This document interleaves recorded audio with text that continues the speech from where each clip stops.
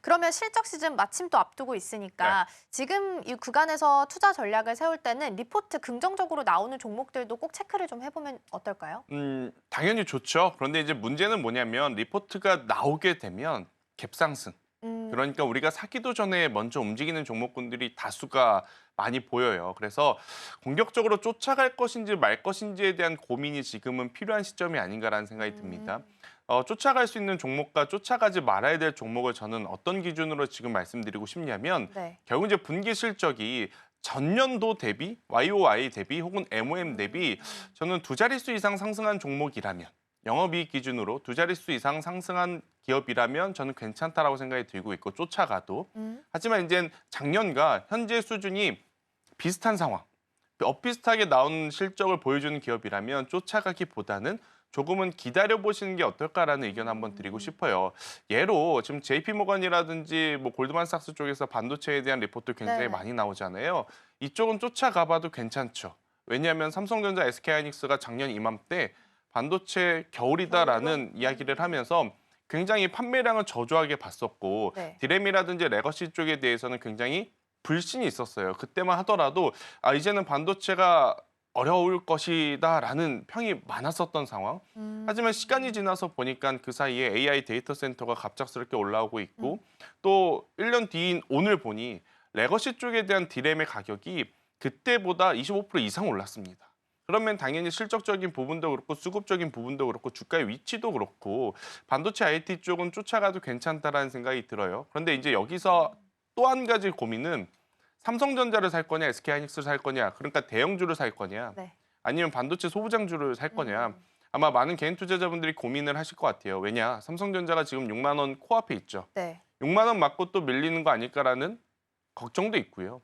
이제 삼성전자를 사게 되었을 때 만약 삼성전자가 여기서 3% 5%더 오른다면 반도체 소부장은 최소 20%, 그쵸. 많게는 3, 40% 오를 텐데 도대체 어디를 봐야 되느냐 이제 고민이 많은 시점일 것 같은데 우선 우리나라 증시에 아직까지는 외국인의 수급이 크게 개선되지 않기 때문에 저는 반도체 소부장주들에 대한 변동성을 먼저 체크를 하는 게 맞다.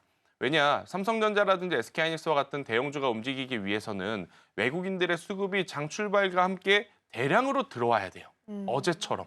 음. 근데 이제 오늘처럼 출발과 함께 약간의 방향성을 빠졌죠. 모색하는 날에는 사실 대형주의 추가적인 상승세 뭐 점심 먹고 왔는데 외국인이 사주면 나올 수는 있죠. 근데 이제 그것보다도 지금 당장은 어떻게 보면 소부장 쪽에 조금 더 집중을 하는 게 더 나은 선택지가 될 수 있겠다라는 의견 드리겠습니다. 아, 그러면 이제 개장하고 나서 수급이 어느 정도로 찍히는지도 어떻게 보면 좀 중요한 그렇죠. 갈림길을 체크하는 데 있어서 중요한 지표가 좀 될 수 있을 것 같고요.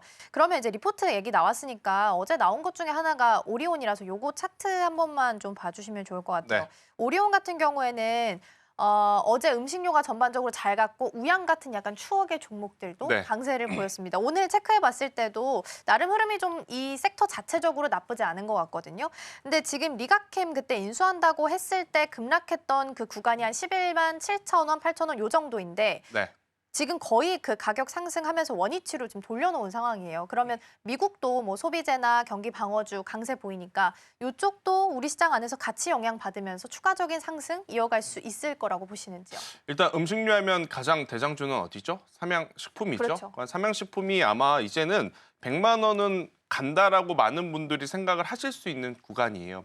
그러면 삼양식품이 가게 되면 오리온, 농심, 풀무원, 네. 우양과 같은 기업들 충분히 따라갈 수 있다라고 좀 보여줍니다. 이건 단순히 이제 기술적으로 말씀을 드리는 거고요. 내용적으로 보면 시청자분들이 이제는 판단을 하셔야 될 것 같아요. 나는 대장주가 여전히 좋다면 삼양식품이 단연 넘버원입니다.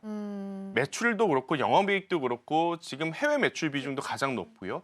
그런데 이제 앞으로 성장할 수 있는 시장이 나라가 미국이 아니라 중국이나 러시아를 바라보고 계시다면 거기서는 오리온이 더 유리할 수 있습니다. 아, 오리온 같은 경우에는 지금 현재 매출 나온 것 중에 전체 매출의 65%가 해외 매출입니다. 여기서 가장 높은 나라가 중국이고 그다음이 러시아인데 지금 러시아가 상황이 그렇게 좋지 않음에도 불구하고 굉장히 좋은 매출을 보이고 있는 거예요. 초코파이 말씀하시는 거? 그렇죠. 그런데 이제 만약 이쪽에서 상황이 더 좋아져서 수요가 촉진이 되게 되면 당연히 러시아 쪽에 대한 매출도 늘어나고 있고 또 이제 중국인들도 우리나라 제품들을 지금 많이 사가고 있는 상황, 많이 이용하고 있는 상황 속에 네. 중국 쪽에 대한 매출을 보신다면 오리온이 가장 좋을 수 있다. 이렇게 좀 볼 수는 있을 것 같고요.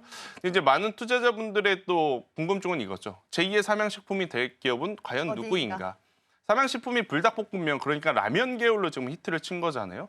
그러면 유사한 라면 계열은 또 농심이 강합니다. 신라면. 네, 농심 같은 경우에 신라면도 있고 너구리도 있고 그쵸. 그렇기 때문에 만약 북미라든지 유럽 사람들이 불닭볶음면을 통해서 라면 계열에 지금 익숙해져서 다른 제품을 찾는다라는 관점하에 이제 영역을 확장을 해서 보면 또 그렇게 보았을 때 유리한 기업은 지금 농심일 수 있겠다.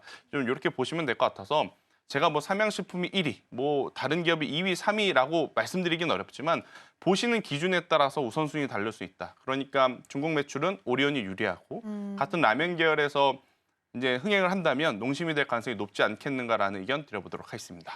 매출하는 나오는 그 국가를 기준으로 본다면 오히려 러시아나 중국 쪽이 늘어날 수 있기 때문에 오리온. 그러나 품목별로 본다면 농심 쪽도 유리할 수 있겠다라는 지표를 좀 주신 것 같습니다.